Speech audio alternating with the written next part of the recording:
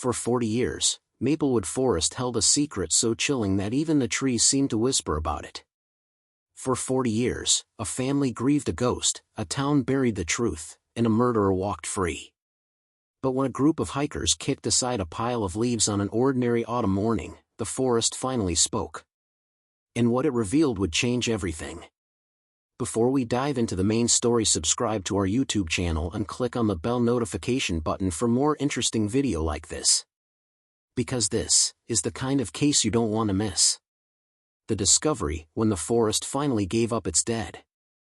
It started as a quiet, golden morning in Maplewood Forest, the kind where the air is cool enough to bite, and the only sound is the rhythmic crunch of leaves beneath your feet. 3 hikers were following an old forgotten trail when one of them spotted it, a curve of bone where no bone should be.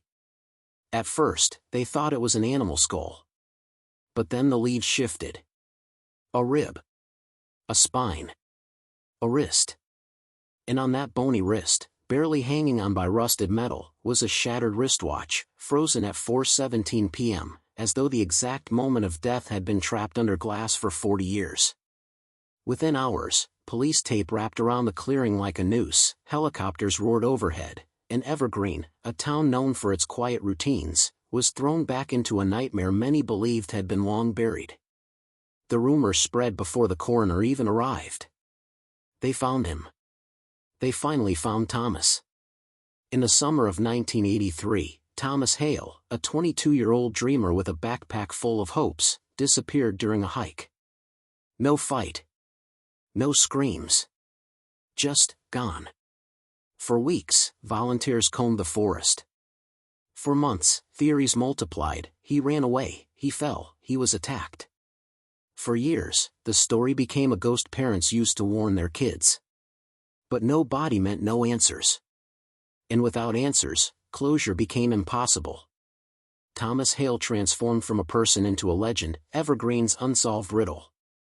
Until now. Detective Clara Jensen was no stranger to cold cases. She lived for them. When she stepped into the clearing, she felt it immediately, that pressure in the air, the kind that tells you the ground you're standing on holds secrets deeper than the soil can hide. Then she saw the watch. Broken. Weathered. But unmistakably human. She whispered to herself, "This forest isn't haunted, it's hiding something." Clara collected every fragment, every trace of fabric, every whisper the earth was willing to give her. But one thing bothered her. The bones weren't scattered the way animals usually disturb remains. They were positioned. Almost carefully. As if someone had placed him there. Not lost. Left. News spread faster than wildfire in a drought. People who had forgotten how to care suddenly remembered. People who had sworn they moved on felt the old fear return. Vigils lit the streets. Newspaper headlines screamed at every doorstep. Thomas's mother, now a frail woman in her 70s, returned to Evergreen for the first time in years. The grief in her face wasn't new.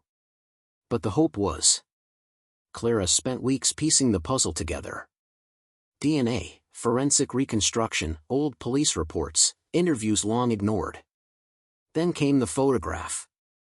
A dusty, sun-faded picture found in the library's forgotten archives, a group of hikers smiling for the camera. But one man, off to the side, stood slightly apart. Tall. Bright smile. Eyes full of life. Thomas Hale.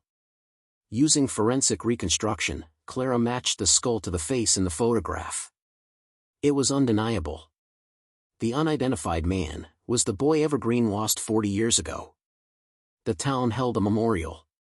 People cried. People remembered.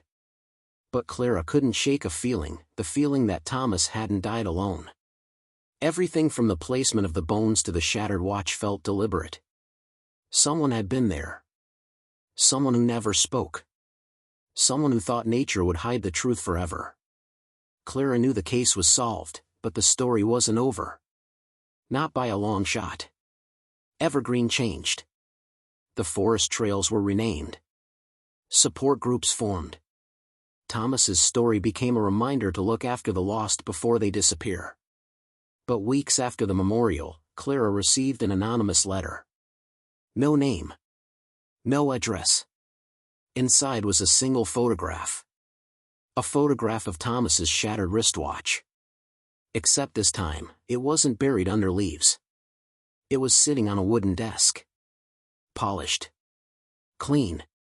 And very much intentionally placed. On the back, scribbled in shaky handwriting, were 5 words. You found the wrong body. And just like that, the 40-year mystery wasn't solved, it had only opened its eyes. Detective Clara Jensen held the photograph with trembling fingers. The same wristwatch she'd found buried under leaves, now polished, untouched by time, placed carefully on a wooden desk. Whoever sent the letter wanted her to know one thing: Thomas Hale wasn't the man in the woods. As the rain hammered against her window, Clara felt the truth crawling up her spine like ice. Someone had waited 40 years to speak. Someone who had been there, and someone who was still watching. The letter had no return address. No fingerprints. No smudges. Nothing, except for one faint clue. A small corner of the photograph revealed part of a business card on the desk: Wood Lodge. Clara knew that place. Maplewood Lodge, a forgotten cabin retreat at the edge of the forest. Closed since the late 80s. Abandoned.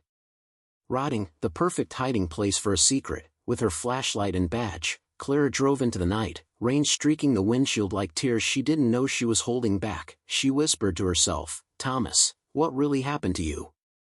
The cabin sat in darkness. The roof sagged. The windows were shattered. The air smelled like wet wood and dusted memories. Clara pushed open the door. Creak, her flashlight traced the walls, peeling paint, old photographs, names carved into the wood, and then a journal, its cover torn, stained by time. But the name on it was painfully clear: Thomas Hale. Her heart dropped. The final pages of the journal were shaky, rushed, desperate. I'm not alone in the forest. Someone's following me. It's not safe to go back to town. I think they want me dead. If someone finds this. I didn't disappear. I was hunted. Clara felt her breath catch. The last line was smeared, as if written by someone whose hands were shaking violently. His name is Daniel Hale. Clara froze. Thomas had a brother. A brother the town had never mentioned. A brother who vanished shortly after Thomas went missing. The skeleton.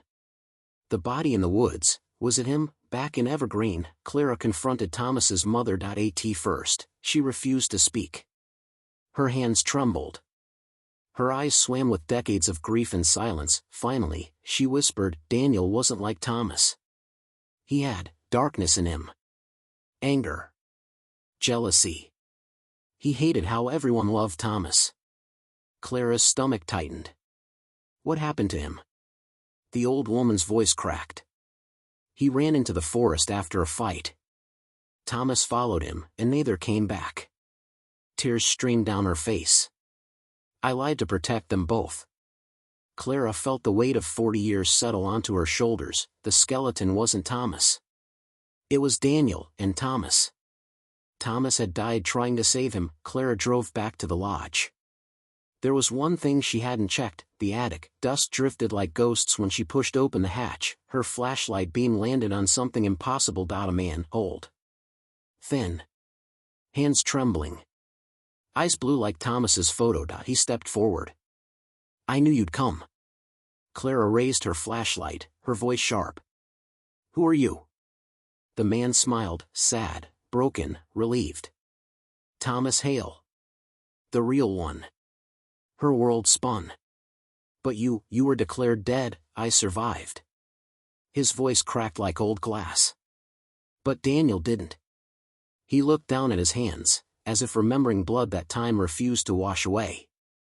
We fought. He slipped. Hit his head on the rocks. I tried to save him, but I failed. Tears streamed down his weathered cheeks. I buried him under leaves. I thought the forest would hide him forever. I hid here, afraid the town would think I killed him on purpose. He looked up, eyes hollow with 40 years of regret. I sent the letter because you deserved the truth. Daniel deserved the truth.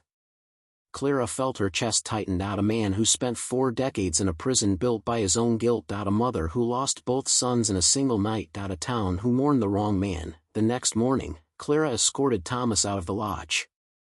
Not in handcuffs.